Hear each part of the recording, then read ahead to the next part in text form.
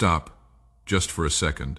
Stop scrolling, stop planning, stop running the numbers in your head about everything you still have not fixed. I know you did not click on this by accident. Something in you is tired in a way that sleep does not reach. Not the tired of one hard week. The tired that has been sitting in your chest for months, maybe years, quietly, patiently, waiting for you to finally sit down long enough to feel it. You have smiled through rooms full of people while carrying something none of them could see. You have said "I am fine" so many times that the words stopped meaning anything. They just became the sound you make, so no one asks a second question. I see you, not the version of you that you present at work, at church, at family dinners. I see the one who lies awake doing the math on how much longer they can hold this together. Before I say anything else, I need you to hear one sentence. Slowly, I have not forgotten you, not for 1 hour, not for one night, not during the silence that felt the longest. You are not behind schedule. You are not the exception to a promise that worked out for everyone else. You are in a season that rarely gets talked about. The season where the important things are built in the dark, underground, before anything visible breaks the surface. A tree does not announce its roots. The work that will hold you up during the next storm is happening right now. In the part of your life you had called boring, uneventful, stuck. Stuck is not always what it looks like from the outside. So breathe, just breathe. You do not need to solve your whole life in the next 10 minutes. You just need to sit here with me for a while. Put down for these next few minutes the mental list of everything still unresolved, the calls you need to return, the decisions you are avoiding, the future you keep trying to control by thinking about it harder. None of that requires your attention right this second. It will all still be there when you are ready to return to it. Right now, there is only this moment. And in this moment, you are not required to fix anything. You are only required to listen. I know the questions that circle your mind close to midnight, when the house is quiet, and there is nothing left to distract you from your own thoughts. If you really loved me, why has this been so hard? I have tried to do the right thing. Why does it feel like nothing I do changes anything? Is this punishment? Did I do something to deserve this? I am not going to change the subject when you ask these. I am not going to give you a small, tidy answer and move on. I want to sit in the middle of these questions with you for as long as it takes. Here is the truth, and I want you to really hear it. The hard seasons of your life are not a bill I am sending you for old mistakes. I am not somewhere far away, keeping a ledger of your failures, calculating exactly how much difficulty you have earned so you can learn your lesson. That has never been who I am, no matter what you were taught to believe by people who meant well but got it wrong. This world carries fractures that neither of us put there. Some of what breaks in a life comes from a world that has not finished healing yet, from other people's choices, from simple chance, from things too complicated to trace back to a single cause. And in every one of those fractures, I am not standing on the outside, arms folded, watching from a safe distance while you struggle through it alone. I am inside it with you. When you cried in your car in a parking lot so no one would see, I was not checking the time, waiting for the appropriate lesson to be absorbed before we could move on. I was there in the front seat with you. There is an old story about a man who lost someone he loved. And the shortest sentence in that whole ancient text says simply that the one watching wept. Not because he did not have the power to fix it in that moment, because love that is real always feels the weight of what the one it loves is carrying. Some doors in your life have closed recently, and you still do not fully understand why. A plan fell through. A relationship that meant everything came apart in your hands. Someone left, and now there is a space where they used to be. And you do not know yet what goes there. I will not tell you that I personally shut every one of those doors, as if I am the one pulling every string behind every hard thing you have ever lived through. That belief has done real damage. It is the reason so many people quietly walked away from me, convinced I was the author of every loss they carried. But here is what I will promise you, and I need you to hold on to this the way you had hold onto a rope in the dark. I never let a closed door become the end of your story. Never once. Let me tell you about a young man who was thrown into a pit by his own brothers. He had not done anything to deserve it. He was simply the favorite, the dreamer, the one who talked too openly about the future he saw for himself, and it made the people closest to him jealous enough to want him gone. They sold him to strangers instead of killing him, which they told themselves was mercy. He was taken to a country where he did not speak the first language, where he had no name, no family, no rights, nothing but the clothes on his back, and whatever he could rebuild from nothing. He worked his way into a position of trust, and then he was falsely accused of something he never did, and thrown into a prison for years. Years, not weeks, not months. Years in a cell forgotten by people he had helped. People who promised to remember him and then simply did not, because life moved on for them the way it does for everyone who is not the one suffering. If you had been in that cell with him, would not you have assumed your story was over? Would not you have decided somewhere around year 2 or year 5 that you had been forgotten? That whatever future you once imagined for yourself had quietly died somewhere along the way? But it was from that exact prison that he was pulled up to stand in front of the most powerful man in the land. And it was there that his gift finally had a stage large enough to matter. He rose to a position where he oversaw the resources of an entire nation. And when a famine spread across the region, it was his preparation. The very thing built during his invisible years that saved not only strangers but the same brothers who had thrown him away. When he finally stood face to face with them, with every reason in the world to make them pay for what they did, he said something that should be written on the wall of every room where you feel forgotten. What you meant for harm, I am going to use for good. That does not mean every terrible thing that happens to you is something I planned or wanted. It is not, but it does mean this. There is no pit deep enough, no betrayal painful enough, no delay long enough that I cannot reach into it and pull something meaningful out if you let me keep working. You may be in your pit right now. You may be in your prison years, the ones nobody claps for, the ones that do not make a good highlight reel. I want you to know that the exact thing being formed in you right now quietly without an audience is the thing that will one day become someone else's rescue. If you are lonely right now, I want you to listen very closely, because this is one of the places where the truth gets twisted the most. There are teachings that tell you real strength means facing everything completely alone. That loneliness is proof you have been specially chosen, set apart, made for something the ordinary crowd could never understand. That you should push people's hands away to prove how self-sufficient you have become. That voice has never been mine. From the very beginning, before anything had gone wrong in the world, I said something plain and clear. It is not good for a person to be alone. I built you from the first design, for connection, with me, yes, but also with other people, flesh and blood people who can sit across the table from you and simply be present. If there is a hand reaching toward you right now, a friend who keeps calling even when you keep declining, an invitation you have been avoiding, a chance to finally say the true thing to someone instead of the polished thing, please do not wave it away. Because some part of you has decided that needing people is a form of weakness. That belief will only leave you more isolated than you already are.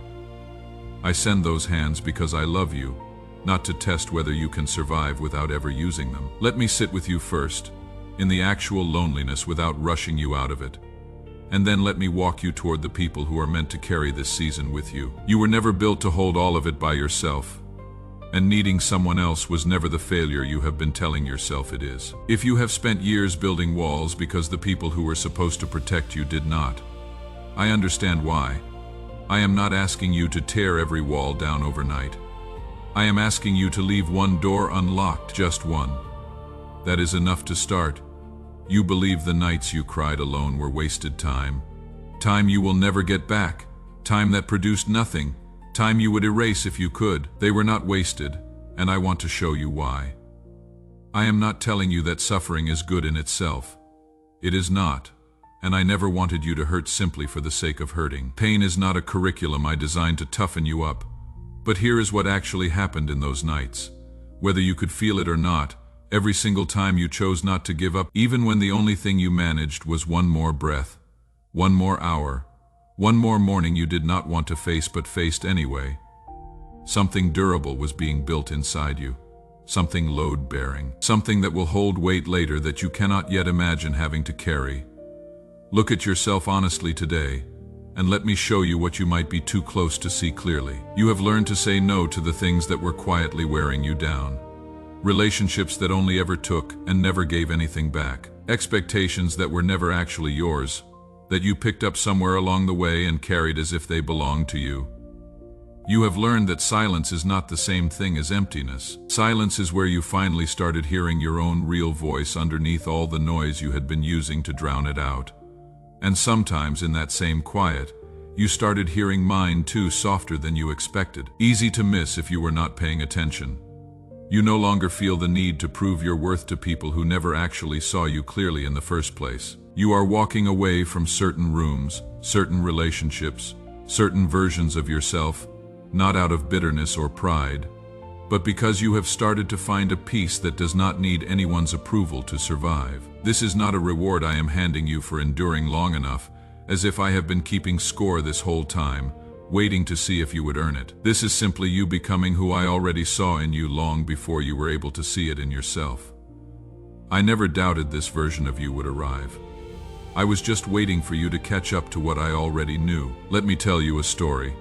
Not so you can extract a moral lesson from it, but so you can find yourself somewhere inside it. There was a young man who asked his father for his share of everything early, took it, and left for a distant place.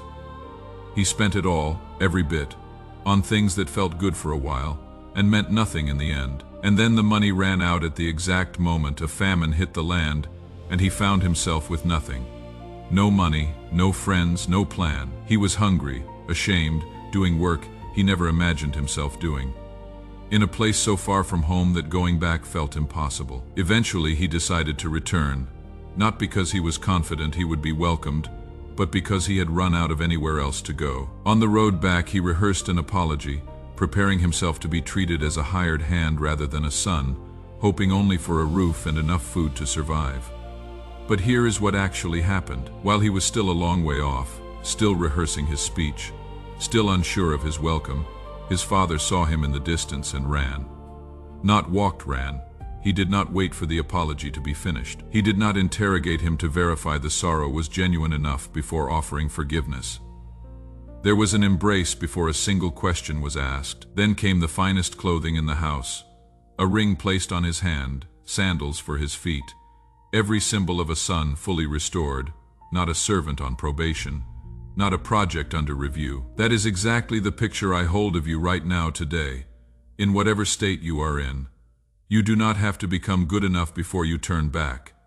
You do not need to complete a checklist of qualifications first. You only need to turn your face toward home, and I will be the one who runs the distance between us. There is something you are still doing that I need you to stop today, trying to earn your way back into being okay through your own private punishment.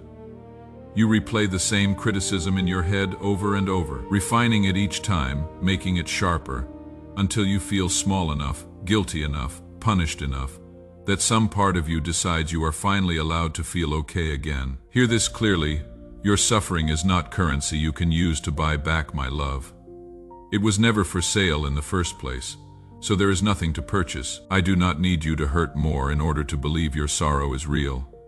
Whatever price needed to be paid has already been paid in full. You do not need to pay it again with pieces of yourself. All I am asking for is one honest, simple sentence, spoken without performance, without an audience to impress. I was wrong here, and I am coming back. No long speech required. No proving your sincerity through self-punishment.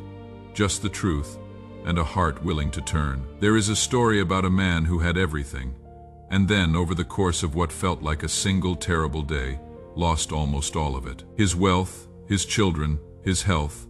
One devastating report after another, arriving before he had even had time to process the last one. His friends came to sit with him, and for 7 days they said nothing, which was probably the most helpful thing they did the entire time, because the moment they opened their mouths, they started offering explanations that were not true. They told him his suffering must be punishment for some hidden sin, that if he would just confess whatever he was hiding, the pain would stop. He refused to accept that explanation, even under enormous pressure, even from people who claimed to be speaking on my behalf. And here is what matters most in that story.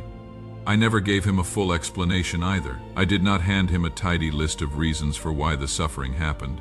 Instead, I met him in the middle of a storm and asked him questions about the size of the universe, the movements of constellations, the strength of wild animals, things far bigger than his pain, not to dismiss what he was going through, but to remind him that there was a scale of wisdom he simply could not see from where he was standing. He never got the explanation.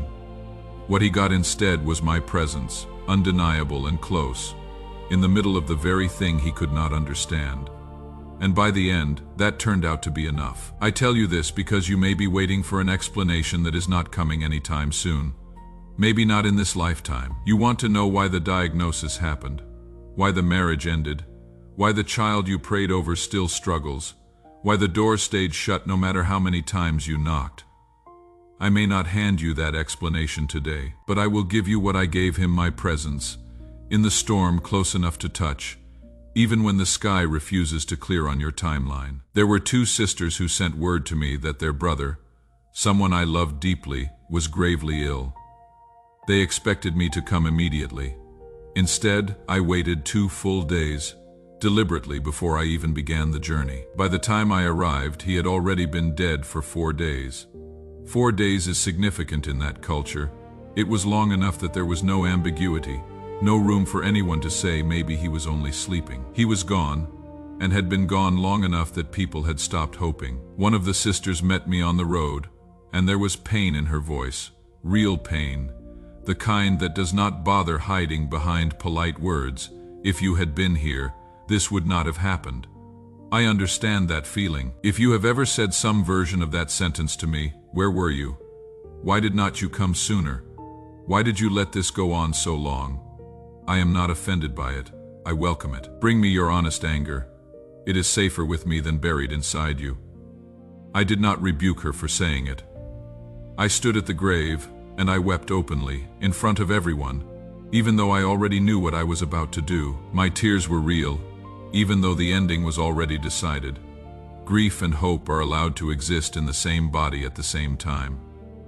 You do not have to choose between mourning what is lost and trusting what is coming. And then I called him by name, and he walked out of the grave, still wrapped in the cloths of his burial, and I told the people standing there in shock to help him take those grave clothes off, because he no longer needed them.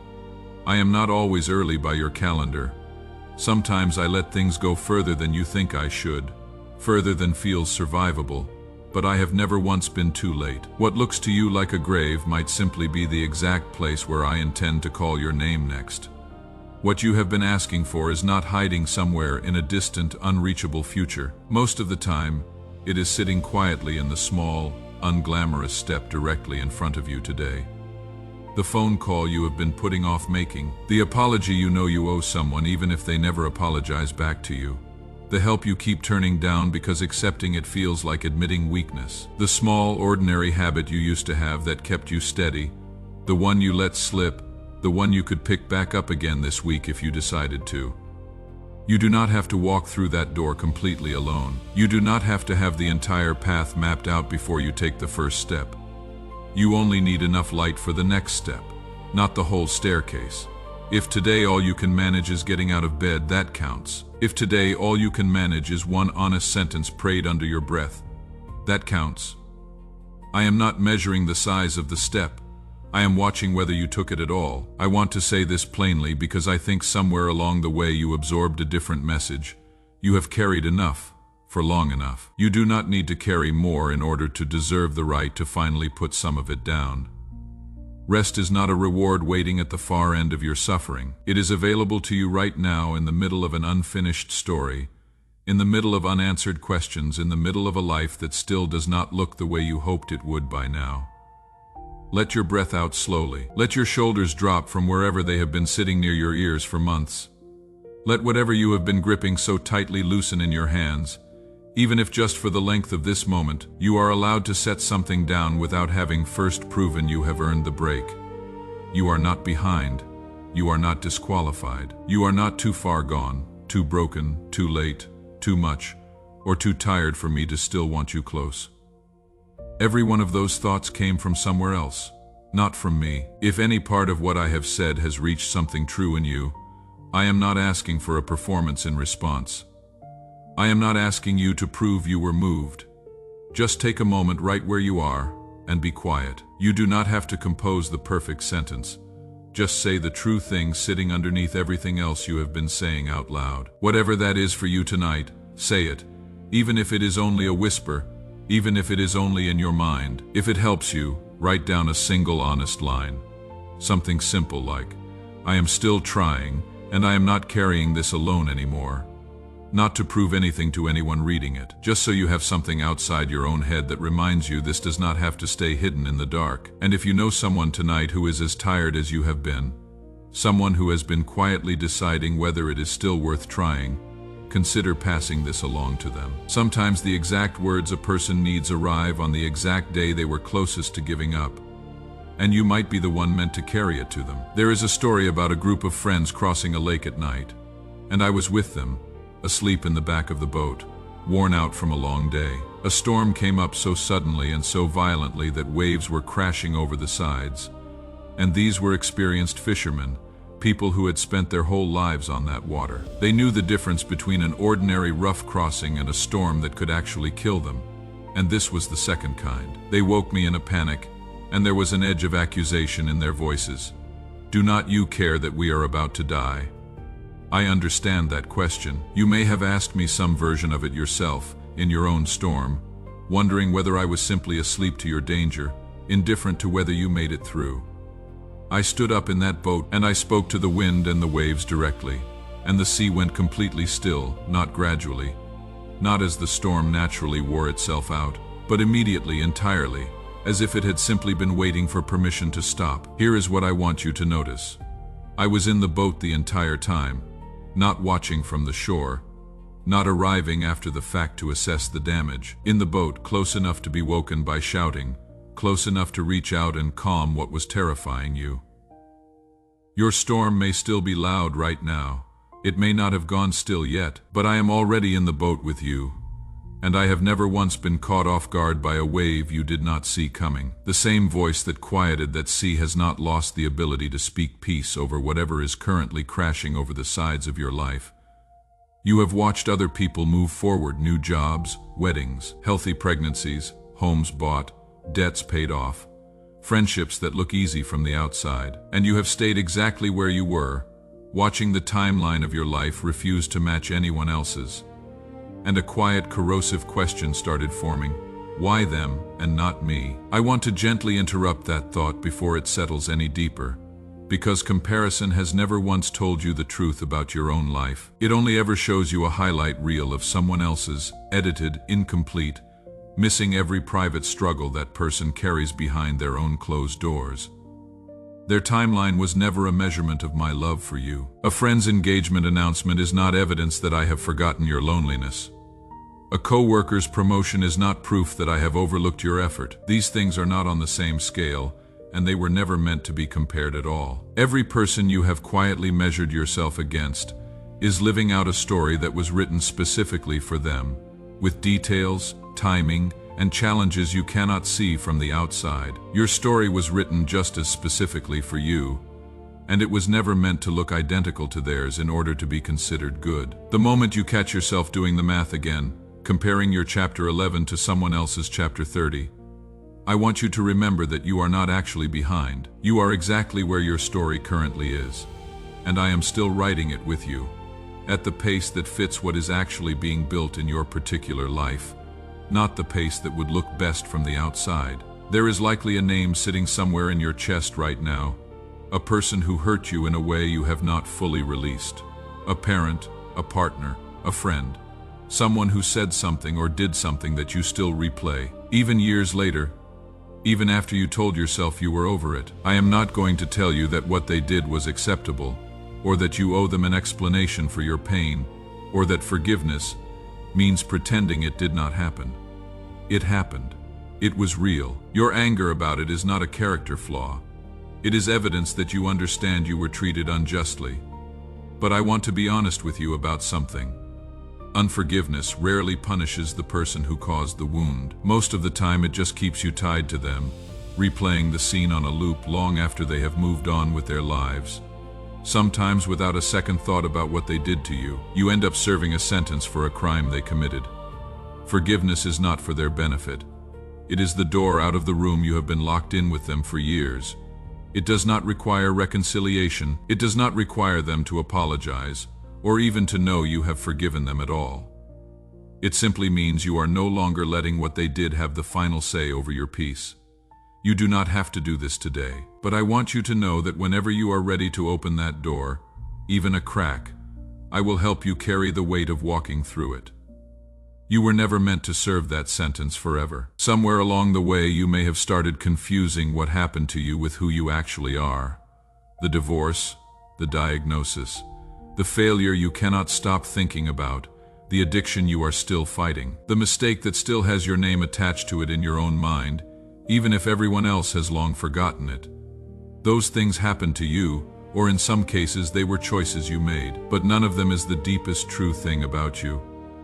A season, however long it lasts, is not the same as an identity. You are not the person whose marriage fell apart. You are not the one who could not keep it together. You are not defined by the version of yourself that existed on your worst day, the one you are most ashamed of, the one you hope nobody ever finds out about. I do not see you through the lens of your worst moment. I see the whole story, including the parts still unwritten, including the parts where you get back up again. The way you have every other time you thought you could not. Whatever label you or anyone else has placed over your name, I am asking you to let me replace it with the one I actually gave you. The one that was true before the hard season started, and will still be true long after it ends. I know you want to see the whole plan laid out in advance. You want the guarantee before you take the risk, the diagnosis results before you have to make the decision, the ending of the story before you are willing to keep reading it. That desire makes sense. Uncertainty is exhausting to live inside, but there is an old pattern I want to remind you of. A group of people once wandered through a wilderness for a long stretch of time, and every single morning food appeared on the ground for them, just enough for that day, not enough to store up for a month, not enough to stop worrying permanently, just enough for today, requiring them to trust again tomorrow. And the day after that, some of them tried to hoard extra, keeping some overnight so they would not have to trust again the next morning, and it spoiled. Every time, as if to underline the lesson, this provision does not work as a stockpile. It only works as a daily rhythm of trust. I know you want the guarantee for next year. What I am offering you is enough for today. That may feel like too little, but it has never once actually run out on the people who kept showing up for it, morning after morning, even when they could not see past the next sunrise. Trust me for today. Tomorrow will have its own portion when it arrives. I want to talk to you about the specific weight of worry, because it is different from grief, different from anger, and it deserves its own attention. You lie awake running scenarios that have not happened yet, the test result that might come back wrong, the conversation that might go badly tomorrow, the bill you are not sure you can cover next month, the future version of a problem that does not even exist yet, except in the version your mind keeps rehearsing at 3 in the morning. I once stood in front of a crowd and pointed to birds in the sky and flowers growing wild in a field, ordinary things nobody had planted or fed by hand. And I asked a simple question: if I care for things that do not even work or plan for themselves, how much more do you think I care for you? Worry has never once added a single day to anyone's life. It has only ever subtracted from the days already given. It steals the only day you actually have today by spending all its energy on a day that has not arrived and might not unfold the way you fear at all. I am not telling you to stop caring about your future. I am asking you to hand me the part of it you were never equipped to control. You were built to live one day at a time, fully present in it, not to simulate every possible version of tomorrow in advance. Bring me what is actually in front of you today. Let tomorrow's version of you handle tomorrow's version of the problem, with tomorrow's version of my help, which will be there exactly when it is needed, and not one moment before. There is a story about someone who owned 100 sheep, and one of them wandered off from the rest, alone, lost, probably scared, definitely unaware of how far it had drifted from where it was supposed to be. The owner left the 99 who were safe and accounted for, and went looking for the one who was not. Not because the 99 did not matter, because the one who was lost mattered just as much, and leaving it out there was not an option, no matter how much trouble it took to go find it. When he finally found it, he did not scold it the whole way home for wandering off.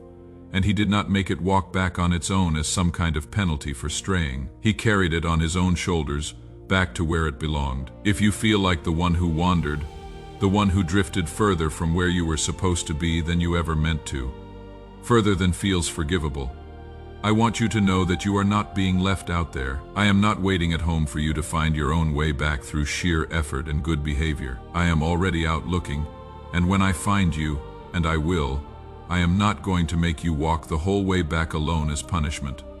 I intend to carry you. You do not have to have wandered a reasonable distance for this to apply to you. It does not matter how far off course you feel you have gotten. The distance was never the deciding factor in whether I would come looking. I already decided that a long time ago before you ever wandered at all. There is a kind of waiting that feels like nothing is happening at all. And I want to be honest with you about what is actually occurring underneath the surface during that time. A seed planted in the ground does not look like it is doing anything for weeks. If you dug it up every few days to check on its progress, worried that nothing was happening, you would find only dirt and a seed that looked exactly the same as the day you planted it. But underneath, in the dark, unseen, roots are extending downward before anything ever breaks through the soil above. The waiting is not the absence of growth. The waiting is the growth, happening in a place you cannot observe directly. I know you want to see evidence. You want a sign that this season is producing something, that the waiting has a point, that you are not simply losing time you will never recover. I understand that desire completely, but some of the most important things I build in a person cannot be built quickly, and they cannot be built in public, and they cannot be built while you are still trying to force the outcome on your own timeline. Patience, depth, the kind of quiet strength that does not need to announce itself, real trust that is not dependent on circumstances looking a certain way.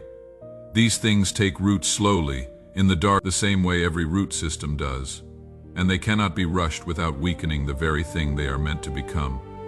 You are not wasting this season. You are, whether you can feel it or not, growing roots deep enough to survive whatever comes after this waiting ends. And when the moment finally comes for what has been growing underground to break the surface, it will hold because the depth was never optional. It was the whole point of the waiting. If part of what you are carrying right now is physical, a diagnosis, chronic pain, a body that does not do what it used to, exhaustion that sleep does not fix, I do not want to skip past that, because it is real and it is heavy in a different way than emotional pain. You may have been told directly or indirectly that if your faith were strong enough, your body would simply cooperate. That sickness lingering means something is deficient in you. I want to gently correct that because it has added guilt on top of suffering for a lot of people who did not deserve either. There was a man who had been unable to walk for 38 years, lying by a pool known for occasional healing, watching other people get there first, year after year, decade after decade. When I found him, I did not ask him to explain why he had been sick so long, or whether he had done something to deserve it. I asked him one simple question: do you want to get well? And then I told him to get up, and he did. Immediately, after 38 years. I tell you this not to promise you an instant resolution to whatever you are carrying physically, because healing does not always arrive on the timeline we would choose, and some things are carried for a lifetime rather than removed. But I want you to know that a body that struggles is not evidence of a faith that is failing, and it is not a reflection of how much I love you. Some of the most faithful, close, deeply trusted people in every generation have lived with bodies that hurt every single day. Their pain never once measured their worth to me, and neither does yours. Whatever your body is doing right now, whether it improves, stays the same, or gets harder before it gets easier, I am not measuring you by it. I am with you in the appointment waiting rooms in the middle of the night when the pain will not let you sleep, in the frustration of a body that will not cooperate the way you need it to. You are not less loved on the hard days. You are not more loved on the good ones. You are simply consistently loved. There will be days, maybe even today, when none of what I have said in this message feels true. You will read it back, or hear it again, and something in you will simply say, "That sounds nice, but I do not feel it, not even a little."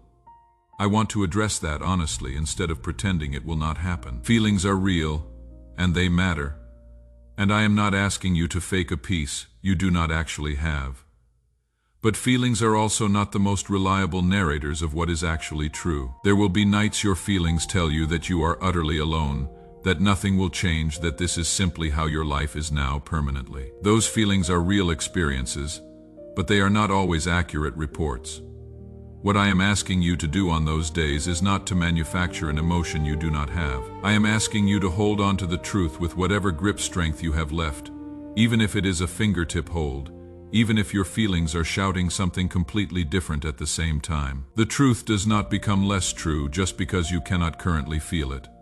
A promise does not expire just because the person holding onto it is exhausted. On the days you feel nothing, I am still exactly as close as I am on the days you feel everything. My nearness was never dependent on your ability to sense it. So on those numb, flat, unconvinced days, I am not asking for a feeling. I am asking you to keep showing up, keep breathing, keep taking the next small step, and let the feeling catch up whenever it is ready. It usually does, eventually, even if it takes longer than you would like. I want to leave you with something practical, not just something comforting, because comfort without direction tends to fade by the time you are back in the middle of ordinary life tomorrow. When you wake up, before you reach for your phone, before the noise of the day floods back in, take 30 seconds, just 30, and say something honest out loud or in your mind. It does not need to be eloquent. It can be as simple as, I do not understand this season, but I am not walking through it alone. That is a real prayer. That is enough. Then pick one person, just one, and let them further in than you usually allow. A text that says more than I am fine, a phone call you have been avoiding, one honest sentence to someone who has earned the right to hear it. You do not need to open every door at once. One is enough to start breaking the isolation that has been quietly convincing you that no one would understand anyway.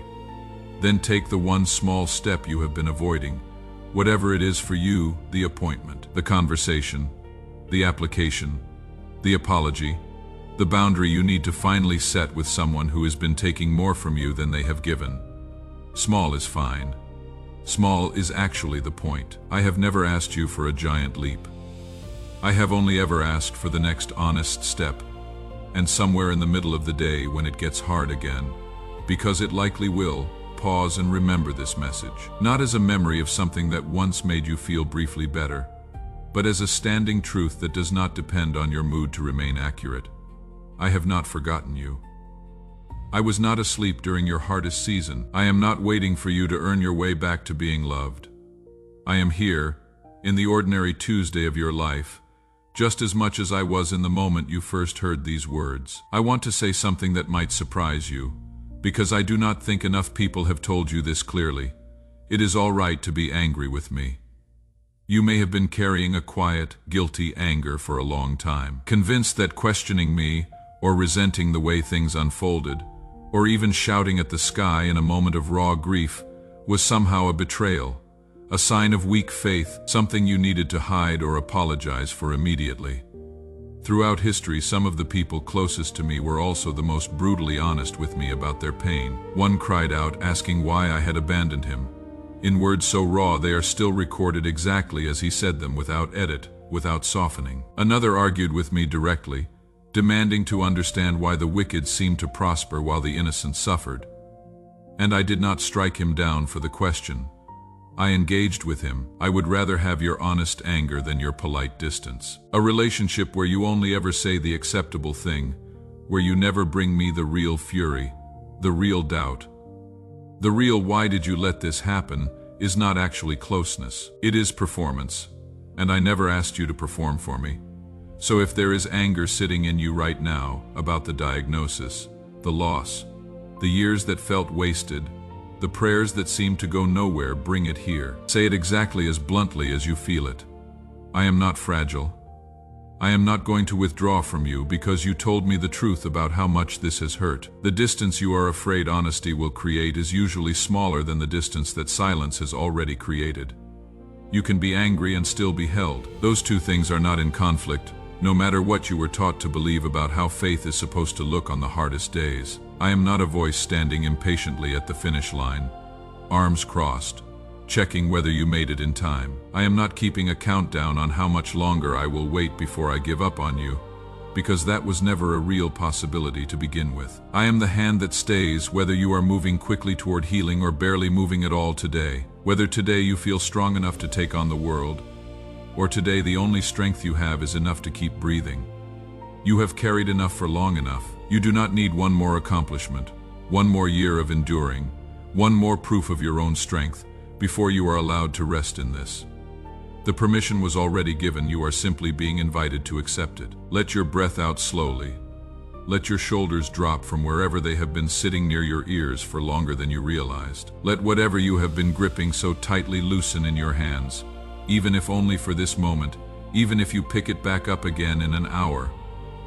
That is all right. You can set it down again tomorrow, and the day after that, for as many days as it takes. You are not alone. You never were. Not for a single hour of any of it. Not during the years that felt the darkest. Not during the silence that felt the longest.